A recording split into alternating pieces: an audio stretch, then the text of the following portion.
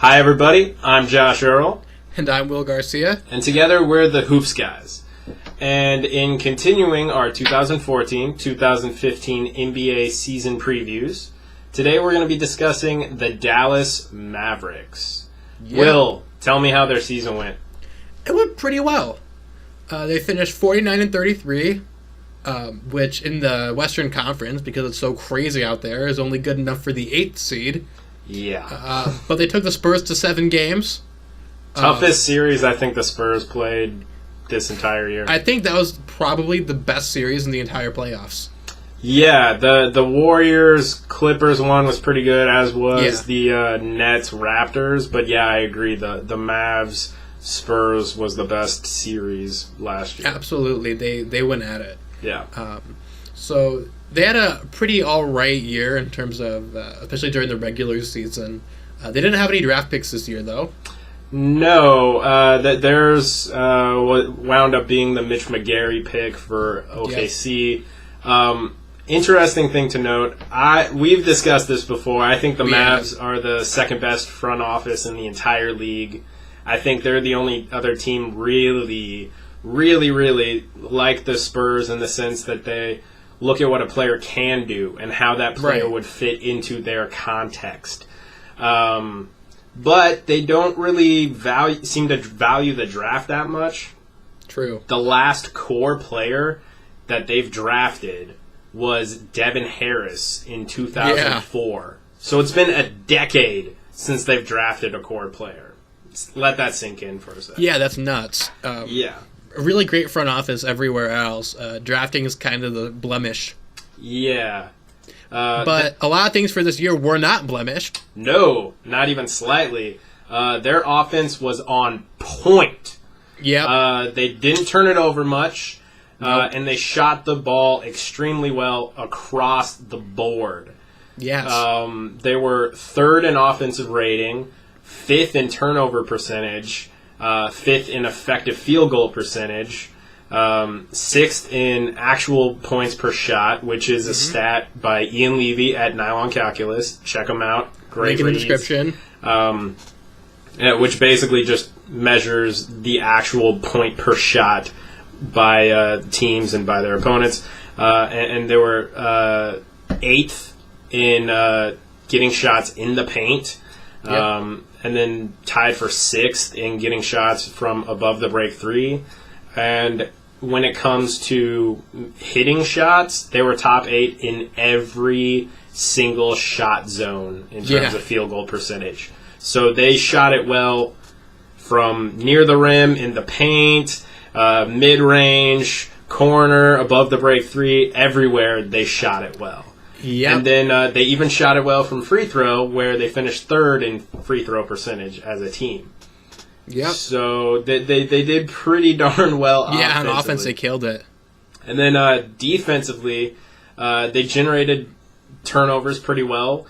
They contested mid-range and corner threes pretty well. They finished 5th in defensive turnover rate, 9th in mid-range field goal percentage defended, and also 3rd in corner 3 defensive field goal percentage. So they might have not have necessarily prevented a lot of those types of shots, but they contested them well, and they got the ball from the opponent pretty well. But that's just the team stuff. They had a couple of players that had pretty good years as well. Namely, this guy right here. Yes, Dirk. Yeah, Dirk was Dirk. He had one of his best years of recent memory. It was actually his highest scoring year and highest efficiency year. And this is by both per game and per 36 for the scoring since 2010-2011. Which we know what happened that year. Yeah. Yeah. And he was so close. It's pretty tragic. Only 5 shots away from making the 50-40-90 club. If he made 4 more threes and 1 more free throw, he would have made it. Yeah.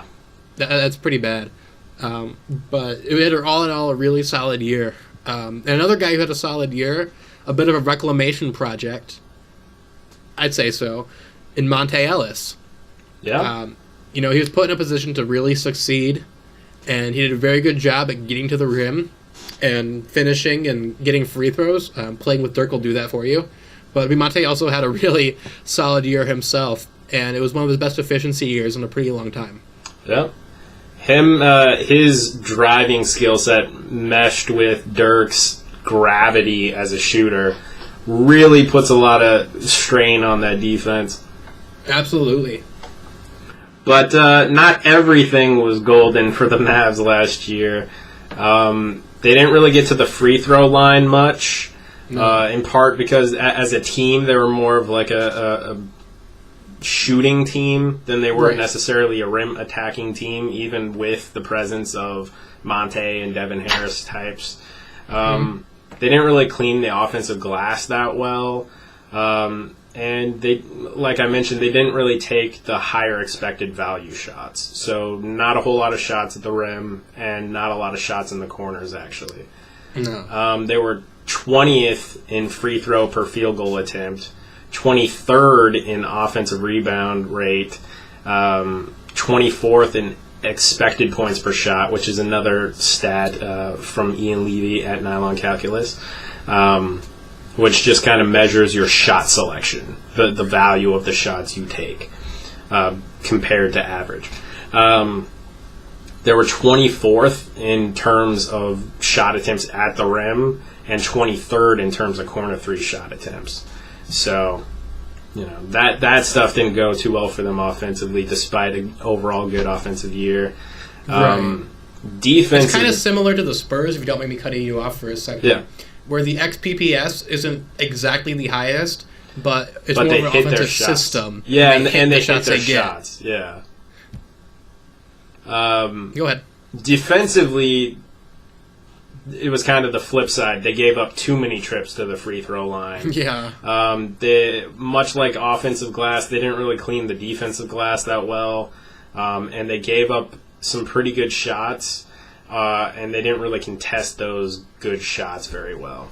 They were 22nd in defensive rating, 22nd in defensive free throw per field goal attempt, 25th in defensive rebound rate, 24th in defensive effective field goal percentage, which, that's like 4 consecutive letters, which is kind of weird. DEFG. Yeah.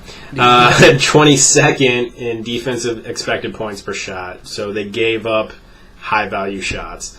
And they were 24th in defensive actual points per shot. So not only did they give up those high-value shots, but their opponents shot well from those high-value shots. Yeah. They were 27th in terms of forcing opponents into taking more mid-range shots. They were 27th in terms of giving up corner threes, 22nd in terms of giving up above the break threes, in which opponents shot so well that the Mavs defense would have ranked 21st in the league in terms of above the break defense. And then they were 28th in the league in restricted area field goal percentage defensively, and 26th at in the paint defensive field goal percentage. So if you got the ball in the paint against them, chances are you had a good time. Yeah, this team struggled pretty heavily defensively. If you know, the bad things you said about defense were much longer. Yeah. You threw the book at them there. The one thing going for them, though, is one of the main guys they picked up this offseason, which is a name familiar to them, Tyson Chandler, is going to be a guy who's going to help with those problems. Why don't you tell us a little bit about good old Tyson? Yeah, so he's an elite-level rim protector, right? Oh, yes. And he's much more than that, but we'll start there. As a guy who he hasn't necessarily been the strongest in terms of blocking shots lately, but at contesting shots and making them really tough, the guy is like a defensive savant. Yes. And as a linchpin kind of guy who can guard pick and roll, who can, if he has to, switch out on a smaller player, because he's mobile enough to do that. This guy is so mobile for a big man. he can everything that if it involves defense, Tyson Chandler is good at it, and he's probably really good at it.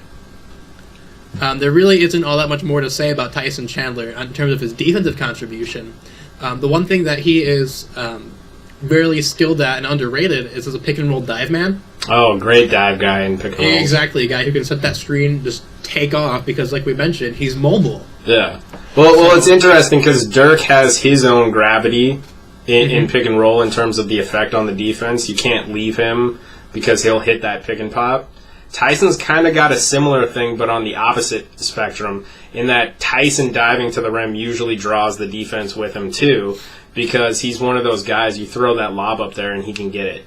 That and the guy who's really good at throwing lobs. Yeah, that pick dive, and roll is another guy they brought in, and his name's Chandler Parsons. Another Chandler. There are going to be a lot of Chandler to Chandler alley oops. Yes.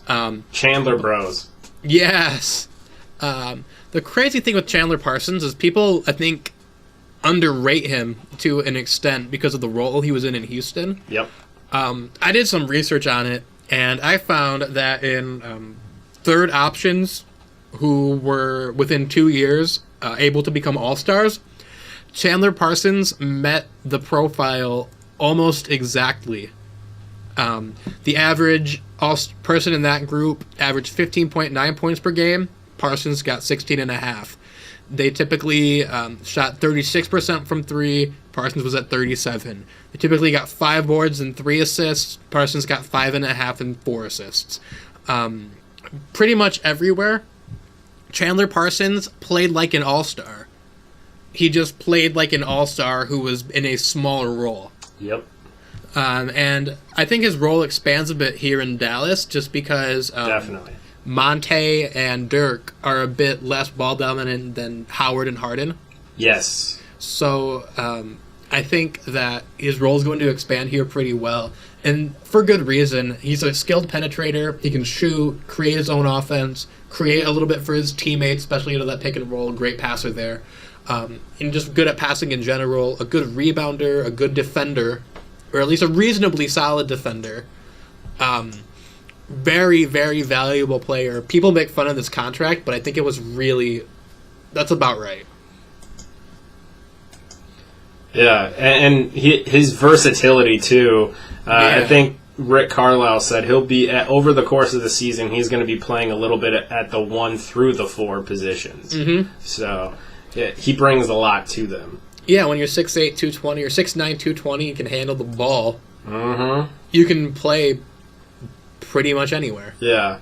One guy who won't bring nearly as much to the Mavs this year is Isn't playing 1 through 4. Yeah, he might be eating worth 1 through 4, but Raymond Felton had a really bad 2013-14 season, and he's going to be fighting for backup minutes at the point guard position in a very crowded rotation when you factor in Devin Harris, Jameer Nelson, Monta Ellis is going to get some time there.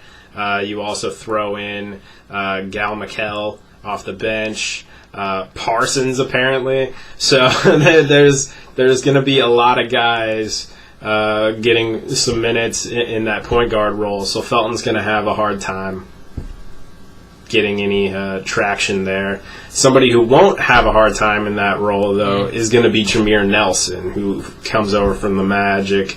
Somewhat kind of like Jose Calderon's role last year. He's going to be a valuable space threat. He makes solid decisions.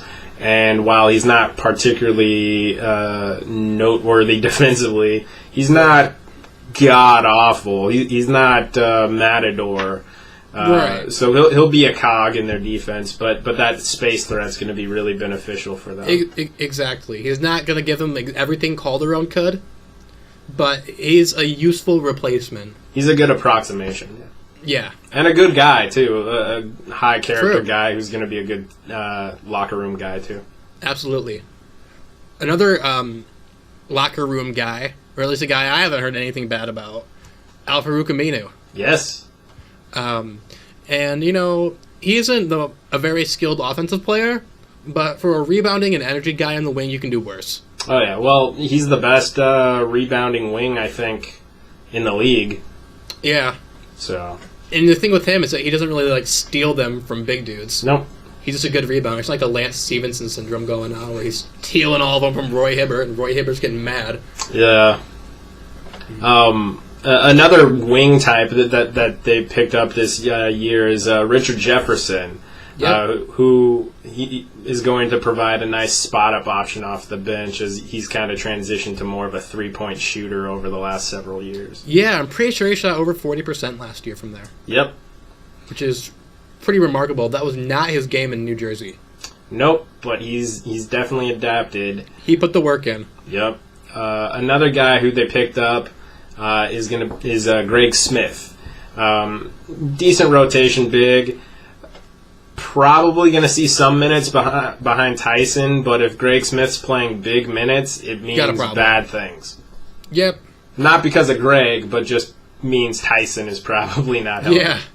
Speaking of bad things, they lost Jose Calderon. That's a bit of a bad thing. Yes, and as you guys probably know if you watched our Knicks preview, we're both big Jose Calderon fans. He's one of the very best shooters and facilitators in the entire NBA. He had a great year last year for the Mavs. Shot amazingly well across the board. When doesn't he? Yeah, exactly. And he had the fourth best assist-to-turnover ratio in the entire league. Again, not surprising. Yeah, it's kind of it's just Jose doing Jose. It's great to get Tyson back, but having to give up Jose for it is kind of sad. Yeah, they're going to miss his reactions to foul calls. Yes, they are. I'm going to miss them. Yeah. Another guy that they're going to miss, especially since he had been there for so long and was such a core piece of that 2011 championship team, is Sean Marion. Yes. Who obviously is now going to be with the Cavs. He's no longer the athlete that earned the moniker Matrix, but he's still a really determined and versatile team defender who also crashes the boards and can hit the corner three. So he still brings a decent amount of value for a guy his age. So it's kind of a shame to see him move on. Yeah. Speaking of decent value for a guy his age, Vince Carter has turned into a decent value for a guy his age, and he's gone for Memphis this year. Yep. He was mostly a perimeter shooter and a decent ball handler as a sixth-man sort of option, which, kind of like Richard Jefferson, he had to really adjust to losing a lot of athleticism. I mean, he can still get up. It's not like he's three-quarters man, a quarter amazing now. Yeah, he's no longer dunking over 7-foot Frenchmen, but he can still throw down. Exactly. But he was pretty valuable. Samuel Dalembert was pretty valuable too as a rim protector and rim deterrent and decent rebounder as well. But Tyson Chandler pretty much one-upped him. Yeah. Quite a bit. Another big rebounder who has way more effort than he does ACLs, DeJuan Blair. Yeah, like infinity times effort compared to his non-existent ACLs. Yes. He works hard defensively, a decent finisher, really good considering how undersized he is, but he's not on the team anymore. Then Shane Larkin, one of your boys. Yep. He went to New York. He had a rough year as a rookie. Not a lot of playing time available in that crowded backcourt. Yeah, he can contribute. He's pretty solid. Yeah. And then Wayne Ellington, three-point shooter, three-point shooter, three-point shooter. Can also do free throws. Yep. He's pretty cool. So they obviously lost a lot of people and brought a lot of people in. Yeah, so they actually wound up having the second most roster turnover this offseason. Wow. Only returning 46.8% of their player minutes from last year, at least according to John Schumann from NBA.com. Wow. So that's a lot of roster turnover. That said, Dirk, Monta, and Devin Harris remain, and Tyson Chandler already has familiarity with Dirk. So while there are a lot of new faces, I don't think continuity is going to be a major problem. It'll be a work in progress, but it's not going to be a killer necessarily. So the possession delta for this team was 12.1, and what that means is that they brought in over 12 more possessions per game through free agency. then they lost. So this means that some people are going to have to take some smaller roles. And I'm thinking it might be Monta Ellis to an extent. To an extent. He'll be losing like 2 or 3 shots a game. Maybe. I think Nelson is going a little bit, yeah. feel the pinch. Felton is definitely going to feel the pinch. Aminu, Jefferson, and Greg Smith didn't really have high usage anyway. Jefferson did. Well, Jefferson have filled the pinch too, but Jefferson's going to really feel the pinch. Yeah, I think between those guys, that's pretty much it. Monte dips a little bit, but it'll mostly be those tertiary guys that feel the pinch, I think. Dirk, Monte and Parsons are going to be the driving force of this team, I think. Yeah, and I don't think they're going to feel that much of an impact. Any one of them will. Nah. Speaking of an impact, rest has a pretty big impact on how well a team performs. How are the Mavs looking in that regard? So, Will has a stat, I have a stat. Mine's called rest differential, and it's pretty simple. All I did was look at the number of 4 games in 5 days, 3 games in 4 days, and road back-to-backs, and compare that team over the course of the season with their opponents.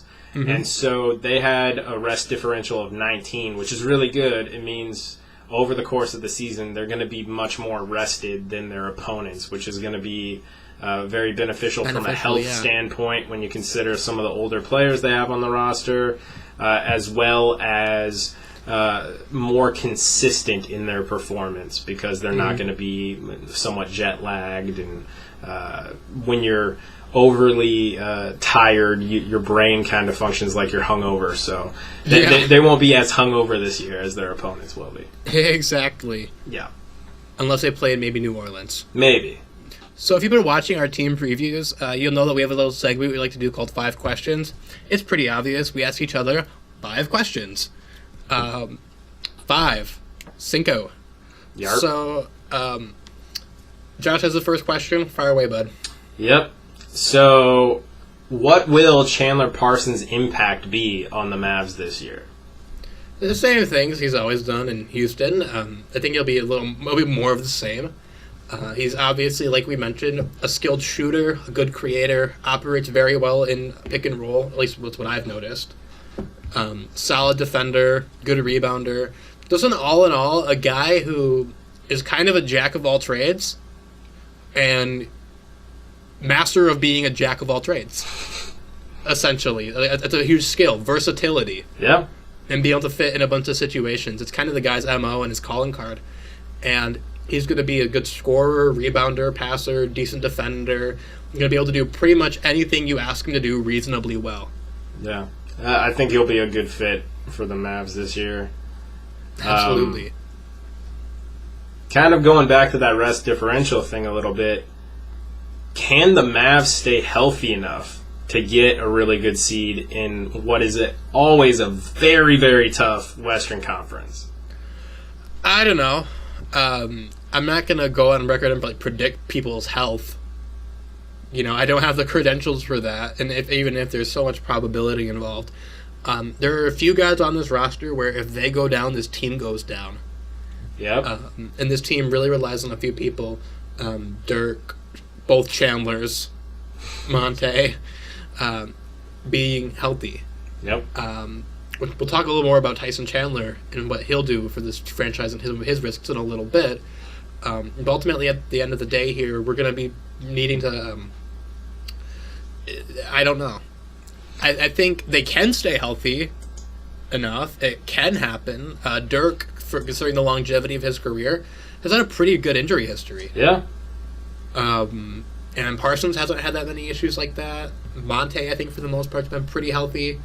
So it isn't like there's too many red flags here, aside from, again, Tyson Chandler, who we'll get to in a bit. Yeah. But I think it can happen. Fair enough.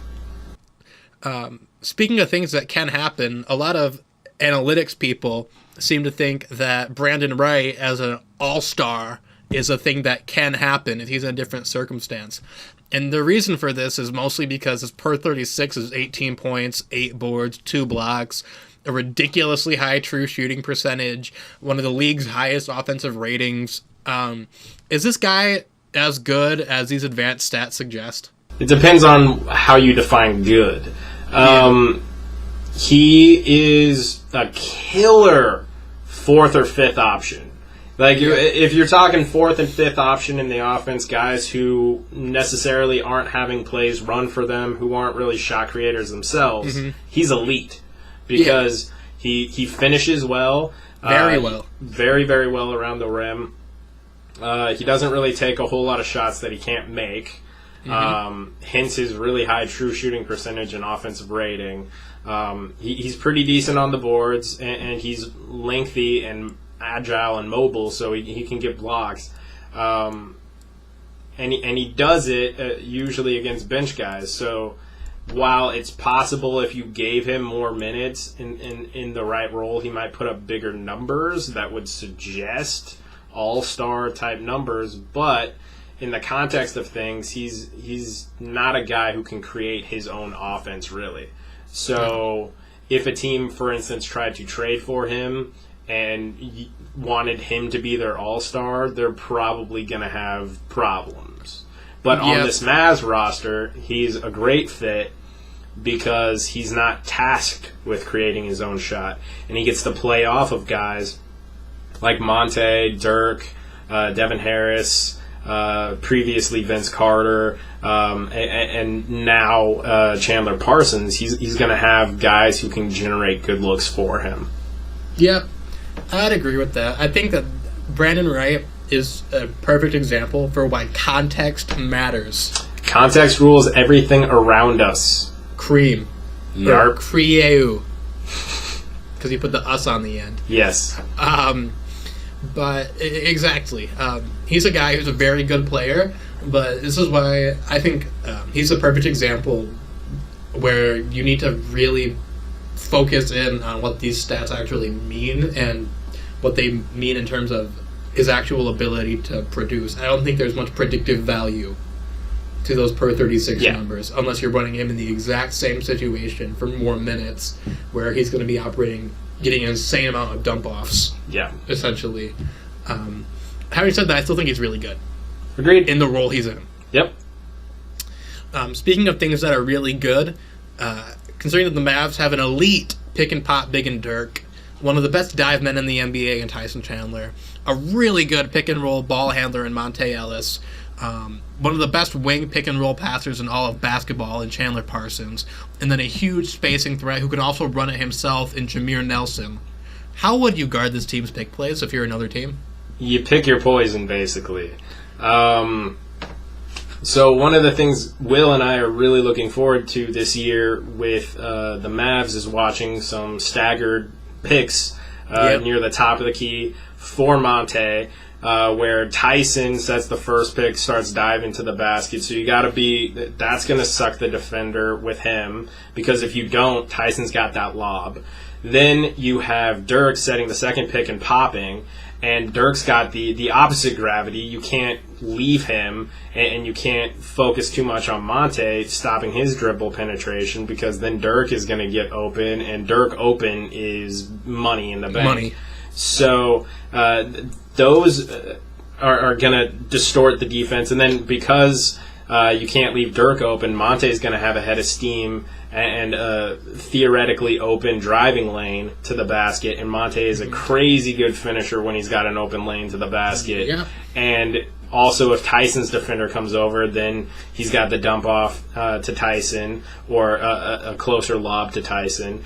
If the strong ball side defender helps off of either Parsons or Nelson, then they're open for either a catch and shoot three or able to break down the closeout defender, and then you'd have either Chandler or Jameer on the weak side in the corner acting as a release valve if the defense covers all of those other options. So it's going to be really, really tough. As a defense, you're probably going to want to focus mostly on protecting that rim, so sticking with Tyson on that dive, and really trying to maybe stunt at Monta a little bit. Maybe Dirk's guy does a contact show on Monta before. Can you explain what that is? Okay, so in pick and roll coverages, there's a lot of ways the big can play it.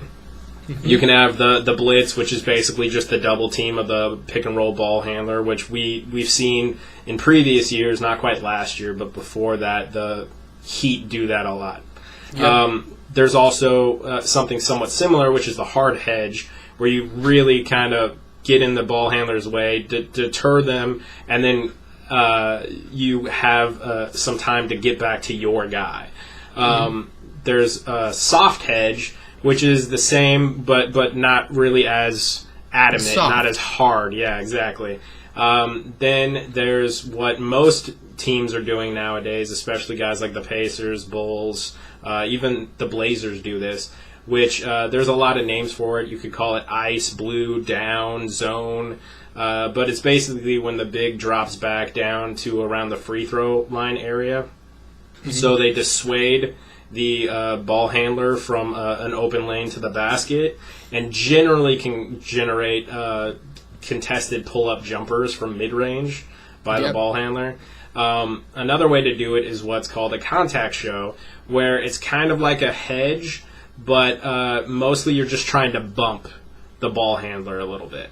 You're just trying to bump him just enough to throw off his rhythm a little bit, and then be able to get back to your guy. So it's not quite the same as like a soft hedge, but it functions kind of similarly, without necessarily making you too distanced from the big that you'll have to recover to, which in this case would be Dirk. So you might see them do, like defensively, I would cover the Tyson roll to dive to the basket. I'd probably try either a soft hedge or, in this case, a contact show on the big that's got the Dirk responsibilities to at least slow Monta down a little bit. And then from there, it kind of is a pick your poison. You got to evaluate, if it slows Monta down enough, that's going to be beneficial. If Monta is still able to turn the corner and the ball handler defender isn't on his hip, then that's when the defense is going to have to rotate, which is going to cause openings elsewhere. So and everyone on the perimeter there can shoot. Yeah, exactly. So it's going to be really tough. There's some ways where you can mitigate it a little bit, like I mentioned, but that's just how I would defend it. And even still, it'd be a tough thing to defend. Yep. So basically, you're doomed. Yeah. Speaking of hope doomed, they miss. Oh, go ahead. Yeah. Speaking of hope they'd miss, Mavs fans really don't hope Tyson Chandler misses many games, but history's not on their side. He's only averaged 58 games played over his last 6 years. So in the unfortunate but likely scenario that he goes down for some extended time, what are the Mavs going to do? Are they going to have the bigs on their roster? Maybe can they step up? Are there going to be a free agent signing, a D-League call-up with the Texas Legends? What's going on? Well, they've got some guys who at least can fill that role in terms of center and setting picks and at least being somewhat of a rim deterrent or big body in Greg Smith and Brandon Wright. That said, neither of those guys are the kind Tyson of Chandler. defensive impact guy that Tyson is, and they don't really have anybody else on the roster behind Tyson who could function even remotely as an approximation of that. So, if Tyson does miss significant time, you'll probably see Brandon Wright and Greg Smith get those minutes, but you'd also probably see the Mavs try to either bring somebody up from the D-League who can be at the bare minimum a rim protector.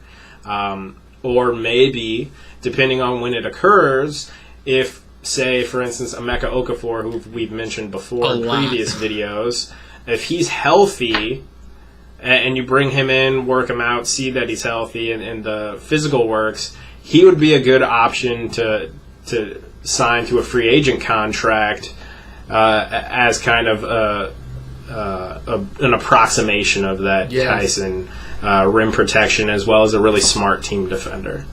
Absolutely. With all the times we mentioned him, I would not be surprised if there's a huge bidding war on him. If he's healthy, and the teams that we've mentioned before, including the Mavs, and if Tyson goes down, or the Warriors if Bogut is injured, Emeka would make a lot of sense if he's healthy. That's going to be the big key thing, is if he's healthy. Right now, supposedly he's getting there, not quite 100%, but he also didn't want to sign with anybody yet because he thought, closer to mid-season, I'll be able to have a better sense of who might be a contender. So, he's a guy to keep an eye out on, though, because there's not many other guys who will theoretically be available, at least without costing you an asset in trade, that would be able to provide some semblance of rim protection and smart team defense. Yeah, absolutely. Speaking of smart, I think that your predictions in this 2050-80 are pretty rock solid. So why don't we break down what that is right quick? We like to make predictions because this is a team preview, and you make predictions in team previews. This is kind of the thing you do. And we do them in what we call 20-50-80, where we give a prediction we think is 20% likely, 50% likely, and 80% likely to happen. That'll also say some pretty crazy, outlandish stuff, and some stuff that's probably actually going to happen and you should actually be watching out for. Yeah. So, Josh, what's your 20? So I think it's 20% likely that despite them being a really good team, the Mavs missed the playoffs in this tough Western Conference, and that would probably be due to injury to any of the following.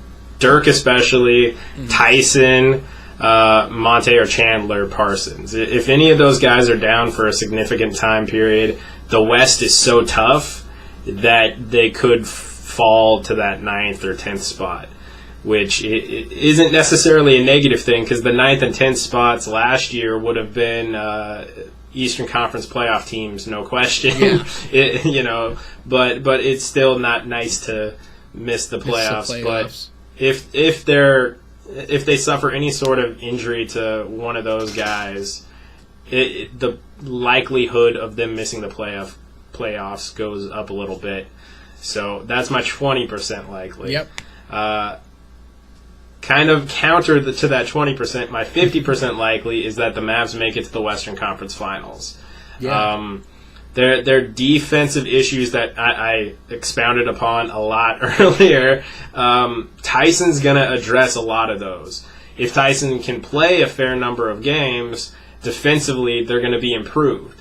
And their offense was really good last year, and they're adding a guy like Chandler Parsons this year to it. So I think their offense is still going to be really, really good, and their defense has a really good chance, assuming Tyson's healthy for a decent portion of the season, to be much improved as well. Yep. So I think it would not surprise me whatsoever if they wound up in the Western Conference Finals. Absolutely.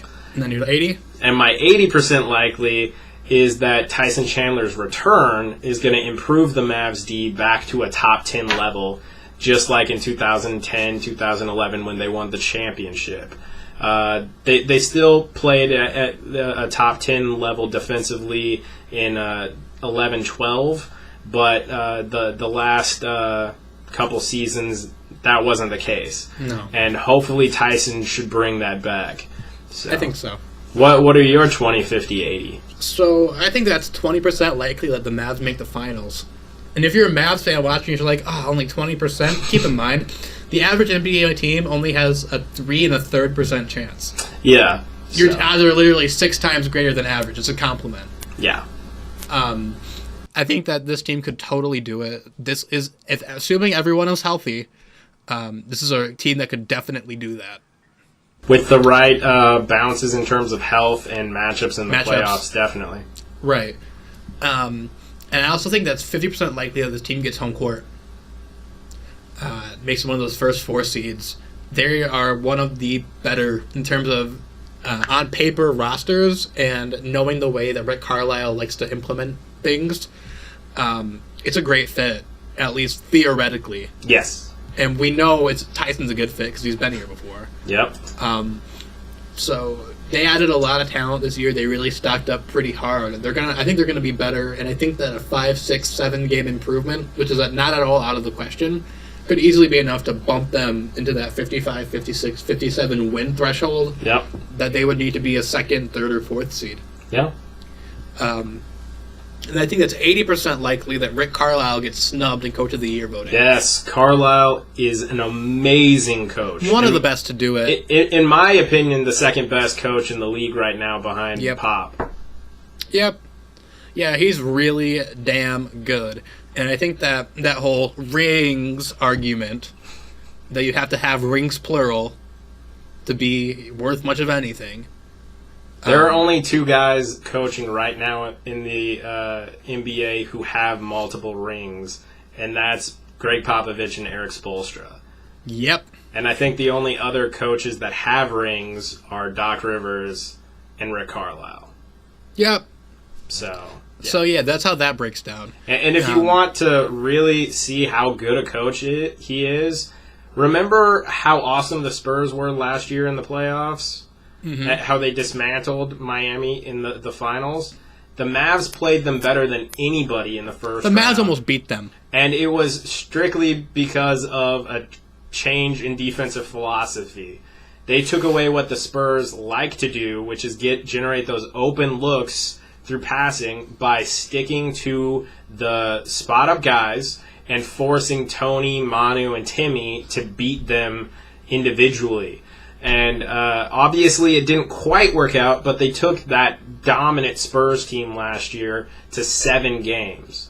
And anybody who tries to diminish this by saying, oh, the Spurs didn't have their rhythm yet, you're overlooking some great coaching by Rick Carlisle. Absolutely, and let's keep this in mind here. And I love the Spurs. They're both of our favorite teams. But let me just put it this way. The Spurs brought their roster back. Yep. The Mavs improved theirs. This went to 7. The Spurs can be both of these teams we're talking about could reasonably, assuming everyone stays healthy, beat pretty much anyone in a 7-game series. Yeah, could happen. And a lot of that's due to Rick Carlisle, and Rick Carlisle gets snubbed for a lot in terms of the good coach discussion, and I don't like that. That's that stuff I don't like. Yeah. But what I do like is this team, and I think they're going to be good. Yeah, I agree. I think they're definitely going to be good. I give it a big yarp in terms of them being very good this year. Yeah, this is a contending team. Yep. This is a team that could win it all this year. Oh, yeah. So, do you have any final words, Josh? Go Rick Carlisle. I think those are pretty suitable final words, and I think that wraps this up. So that concludes our 2014-15 Dallas Mavericks team preview. Feel free to leave a like if you liked it, a dislike if you didn't like it, and a comment telling us why, or saying what you have to think about this Mavs team. We'll be reading them and responding to them.